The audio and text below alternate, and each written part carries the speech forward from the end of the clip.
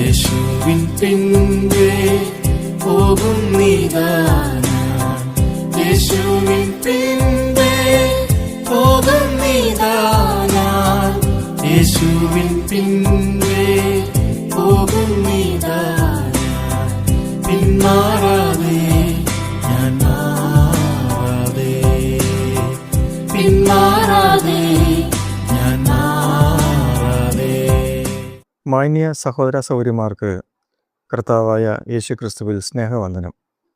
ഈ ആധുനിക ലോകത്തിൽ, പ്രത്യേകിച്ച് സോഷ്യൽ മീഡിയ രംഗത്ത് സാധാരണ പറഞ്ഞു കേൾക്കാറുള്ളൊരു വാക്കാണ് ഫോളോവേഴ്സ് എന്നുള്ളത്. ഏറ്റവും കൂടുതൽ ഫോളോവേഴ്സ് ഉള്ള വ്യക്തി ഒരു വലിയ മനുഷ്യനാണെന്ന് എല്ലാവരും ചിന്തിക്കാറുണ്ട്. അത് ഒരു വിധത്തിൽ പറഞ്ഞാൽ നല്ലത് തന്നെയാണ്. എന്നാൽ ആ വ്യക്തിയുടെ എല്ലാ ആശയങ്ങളും എല്ലാവരും പിന്തുടരണം എന്നില്ല. നല്ലതല്ലാത്തതും യോഗ്യമല്ലാത്തതുമായ ആശയങ്ങളെ ഒരിക്കലും പിന്തുടരുവാൻ കഴിയുകയില്ലല്ലോ. ലോകം പല മഹാന്മാരെ കണ്ടിട്ടുണ്ട്. അവർക്കെല്ലാം ധാരാളം അനുയായികളും ഉണ്ടായിട്ടുണ്ട്. ചില പ്രസ്ഥാനങ്ങളും ചില പാർട്ടികളും ചില നേതാക്കളും നല്ല ജനപ്രീതി നേടിയിട്ടുണ്ട്. പക്ഷേ എക്കാലത്തും അത് നിലനിൽക്കണം എന്നില്ല.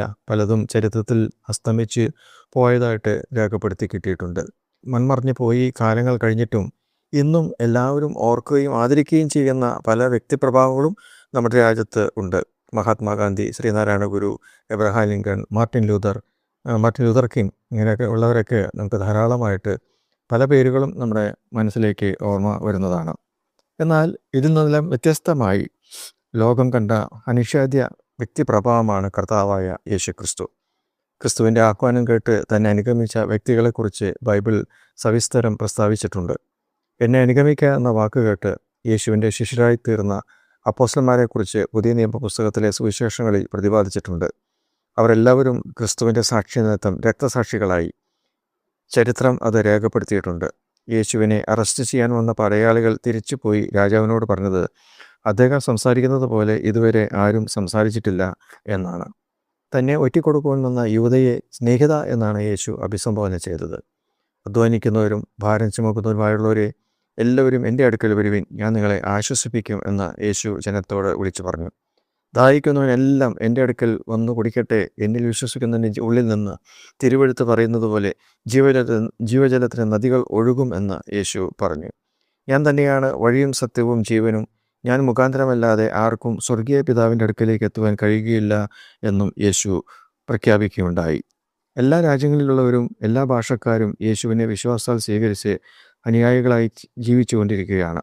യേശുവിനെ സ്വന്തം രക്ഷിതാവും കർത്താവുമായി സ്വീകരിച്ചവർക്ക് ദൈവസമാധാനം യേശു വാഗ്ദാനം നൽകിയിരിക്കുന്നു.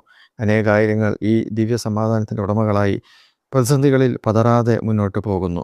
മനുഷ്യവർഗത്തിൻ്റെ പാപപരിഹാരത്തിനായി സ്വന്തം ജീവനെ അർപ്പിച്ച മറ്റൊരു വ്യക്തിയും ഇന്ന് വരെ ചരിത്രത്തിൽ ഉണ്ടായിട്ടില്ല, ഇനി ഉണ്ടാകുകയുമില്ല. തമ്മിൽ സ്നേഹിക്കാനും എന്ന് യേശു പറഞ്ഞു. അതുപോലെ തന്നെ തമ്മിൽ ക്ഷമിക്കാനും യേശു പറഞ്ഞു. കർത്താവായ യേശു ക്രിസ്തു മാത്രമാണ് അപ്രകാരം പറഞ്ഞിട്ടുള്ളത്. ഈ യേശു കർത്താവിനെ അനുഗമിക്കുവാൻ ആർക്കും കഴിയും.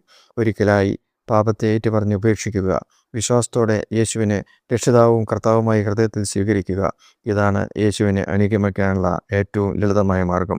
അത് ഏറ്റവും അനുകരിക്കപ്പെട്ട ഒരു മാർഗവുമാണ്. God bless you. അനുഗമിച്ചിടും ഞാനൻ പരനേ, പരനേ കുരിശിൽ മരിച്ചുയർത്ത നാഥനേ, ഇന്നും എന്നും മാറ്റമില്ലാത്ത വല്ലഭനേ, ഇന്നും എന്നും മാറ്റമില്ലാത്ത വല്ലഭനേ, അനുഗമിച്ചിടും ഞാനൻ പരനേ, പരനേ കുരിശിൽ മരിച്ചുയർത്ത നാഥനേ, ഇന്നും എന്നും മാറ്റമില്ലാത്ത വല്ലഭനേ.